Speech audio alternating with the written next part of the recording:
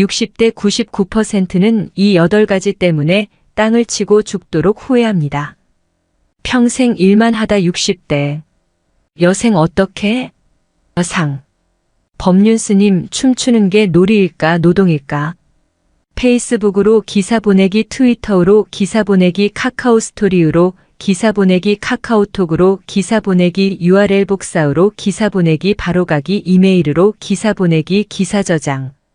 강연을 마친 뒤 평소처럼 청중들로부터 질문을 받았는데 한 분이 일어나 평생 일만 하다가 60대가 됐는데 여생을 어떻게 살아야 할까요? 라며 질문을 했다. 제가 하고 있는 일은 도금입니다. 3D 업종의 기본이죠. 30대에 시작했는데 지금 60대가 다 되어갑니다. 봄에 꽃이 피는 줄 모르고 가을에 단풍 드는 줄 모르고 겨울에 눈 오는 줄 모르고 일만 했어요. 오늘 이 자리에 설 수 있기까지는 제가 제일 잘하는 것도 일이고 취미도 일일 정도로 살아온 덕분입니다. 하지만 주위 사람들은 저더러 본인의 인생은 어디 있냐라고 합니다. 또 제가 잘 아는 정신의학과 전문의는 당신은 지금 노화가 오고 있는데 왜 준비하지 않느냐? 왜 계속 브레이크가 없는 삶을 사느냐? 라고 해요. 저는 나는 아직 진행형이다라고 이야기했습니다. 남들에게 24시간이 저에게는 12시간처럼 짧게 느껴지니까요. 그런데 이제는 가끔 마음에서 이제 어떻게 살아야 할까? 언제쯤 내가 일을 놓을 수 있지? 이런 의문이 들어요. 그렇게 자문해봐도 아무런 준비가 안 되어 있더라고요. 지금의 혼란스러운 제 삶에 대해 여쭤보고 싶습니다. 이에 대해 법륜스님은 이렇게 말했다. 하루 8시간만 일하고 나머지는 휴식이 필요하다는 건 남의 일을 하는 사람이 하는 소리입니다. 청중 웃음 자기 일을 하는 사람은 몇 시간 일한다는 게 없어요. 예를 들어볼게요. 우리가 여기서 전부 춤을 춘다고 합시다. 무대 아래에서 춤추는 사람들은 전부 돈을 3만 원씩 내고 들어와서 춤을 춰요. 그런데 무대 위에서 전문으로 춤을 추는 사람은 30만 원씩 받고 춤을 추는 거예요. 그런데 3만 원 내고 추는 사람을 보고는 논다고 하고 30만 원 받고 춤을 추는 사람을 보고는 일한다고 말합니다. 왜 그럴까요? 돈을 주고 어떤 일을 한다는 것은 돈이 목표가 아니라 행위가 목표라는 뜻입니다. 춤을 추는 행위가 목적이지 돈이 목적인 게 아니에요. 돈이 들더라도 나는 춤을 추겠다는 거잖아요. 그러니까 춤을 추는 주체가 자기예요.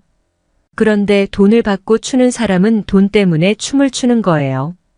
그러니 행위의 주체가 내가 아니라 돈입니다. 돈을 목적으로 해서 내가 이 행위를 하는 거예요. 그러니까 이 경우에는 돈이 주체이고 행위가 객체예요. 이게 바로 남의 일을 하는 거죠. 춤추는 시간을 1시간으로 합의해 두었는데 1시간이 딱 끝나자마자 진행자가 30분 연장 이라고 소리쳤어요. 그러면 무대 아래에 있는 사람은 30분 더 늘어났다고 좋아합니다. 반면에 무대 위에 있는 사람은 일을 더 시킨다며 시위를 합니다. 청중 웃음. 그렇다면 춤추는 게 놀이일까요? 춤추는 게 노동일까요? 춤을 추는 건 똑같습니다. 여기서 내가 행위의 주체가 되면 놀이가 되고 내가 행위의 객체가 되면 노동이 될 뿐이에요. 이 원리만 잘 알면 노동과 놀이를 일치시킬 수 있습니다. 그러니까 노동 따로 놀이 따로 할 필요가 없어요. 그런데 우리는 노동하면서 스트레스를 받고 그 스트레스 풀려면 놀아야 하는 식으로 노동과 놀이가 구분돼 있어요. 평생 일만 하다 60대. 여생 어떻게? 나중.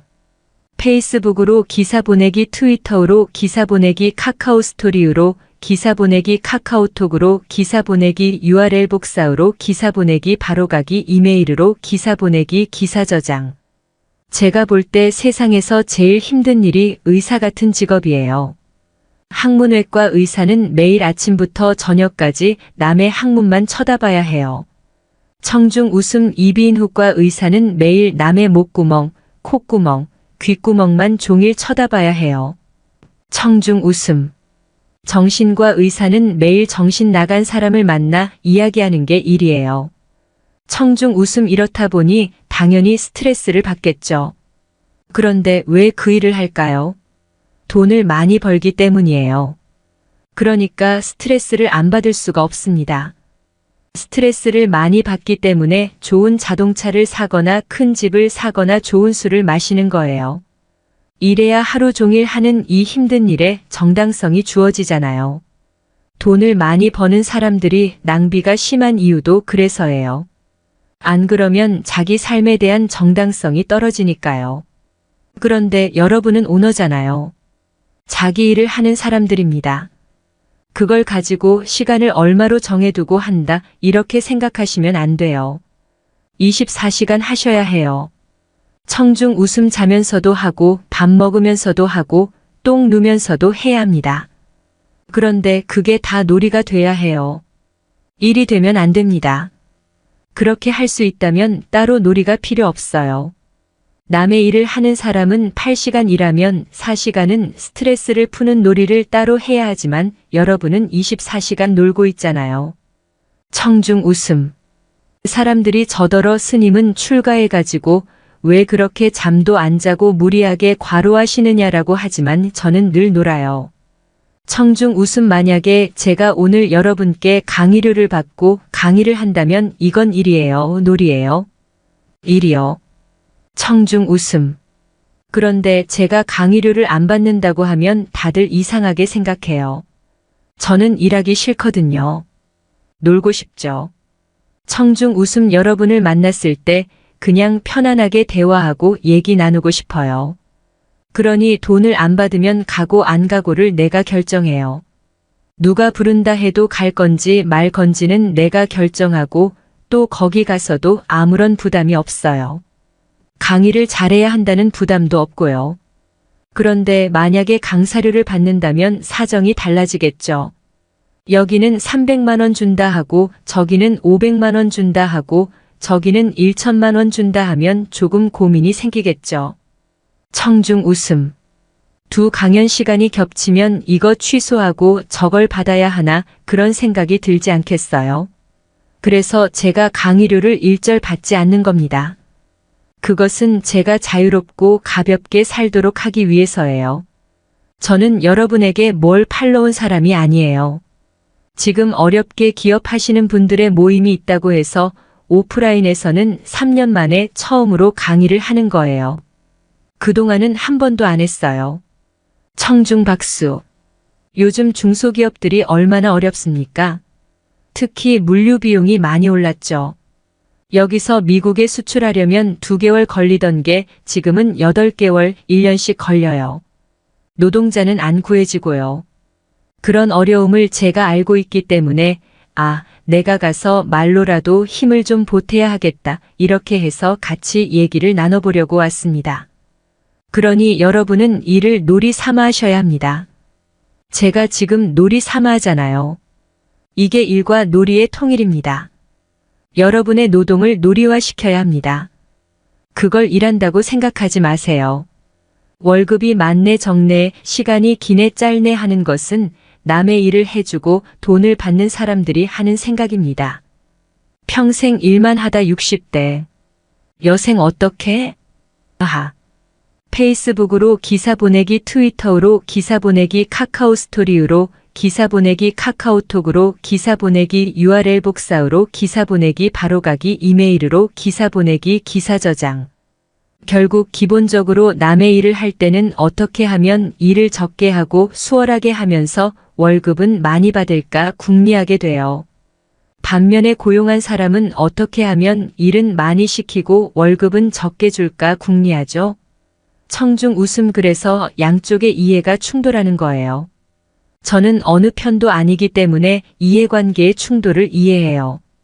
그런데 기업가의 입장에서 이 점도 생각해 봐야 합니다. 기업이 잘 되려면 노동 인력이 안정돼야 해요. 안정되는 방법은 간단해요. 직원들이 월급을 다른 데보다 좀 더 많이 받는데 일은 수월하다면 노동자가 이 기업에 오래 있겠죠. 반대로 노동자들에게는 제가 이렇게 얘기합니다. 당신의 생활이 안정되려면 기업가들의 요구를 만족시켜줘야 합니다. 당신이 있는 것이 기업에 조금이라도 득이 돼야 할 거 아니에요? 손해가 되는데 왜 데리고 있겠어요? 그러니 양쪽 모두 조금이라도 내가 기여한다는 태도를 갖는 게 중요해요. 100원을 벌면 50원만 가져가고 1000원을 벌면 500원만 가져가겠다고 할 때 노사의 조화가 이루어집니다. 서로 자기만 생각하면 갈등만 생기는 거예요. 함께 살아가는 지혜가 어떻다고 제가 굳이 대놓고 말하지는 않지만 이게 우리가 함께 살아가는 세상의 지혜입니다. 그래서 여러분이 고용한 사람에 대해서는 그런 관점을 갖고 고려해 주셔야 합니다. 그들의 요구를 말도 안 된다 이렇게 내치지 말고 정당하게 받아들여야 해요. 그걸 받고 안 받고는 내 자유예요. 그 요구가 이해는 되지만 나는 그렇게는 할 수 없다. 이럴 수는 있지만 터무니없다. 이렇게 접근하면 갈등밖에 일어나지 않습니다. 그리고 여러분 자신에 대해서는 이를 놀이 삼아 보세요. 기업주가 노동자가 되면 안 되잖아요. 그러니 늘 놀이 삼아 시간 정하지 말고 해보세요. 그런데 밥도 안 먹고 일하면 바보예요. 다 밥 먹으려고 하는 일인데요. 잠도 안 자고 일하면 그것도 바보예요. 몸에는 휴식이 필요합니다. 남들이 하는 일에 다 끼고 경쟁해서 이기려고 하지 마시고 틈새를 노려보세요. 이 세상에서 필요로 하지만 아무도 안 하는 일들도 많습니다. 아무도 안 하는 이유는 딱 한 가지예요. 돈이 조금 덜 되기 때문이에요. 스님 웃음. 그런데 그런 일을 찾아서 잘하시면 나중에 다 이익이 됩니다. 너무 지금 당장 돈 되는 일, 주식 사고 아파트 사서 돈 버는 일은 누구나 다 하려고 해요. 그런 방법은 쉽다면 쉬우니까요. 그러니 여러분이 조금 재미 삼아 하는 동시에 사회에 기여하려면 뭐 꼭 큰 돈을 벌어서 나중에 다 보시해야지 이럴 게 아니라 내가 하는 일 자체가 의미를 갖도록 해보세요. 이 세상에 필요한데 아무도 안 하려 드는 일이 있다면 그런 걸 개발해서 내는 것이 혁신이지 꼭 첨단 기술이 혁신이라고는 할 수 없지 않을까요? 저는 과학기술은 아니지만 제 삶 역시 첨단이라고 생각합니다. 청중 웃음. 오늘날의 부부 갈등이나 심리적인 불안은 하나님이나 부처님을 믿는다고 해서 해결이 잘 안 돼요. 정신질환을 겪는 젊은이들이 거의 20% 이상 30%에 육박하고 있어요. 이런 문제를 우리가 어떻게 해결해야 할까요?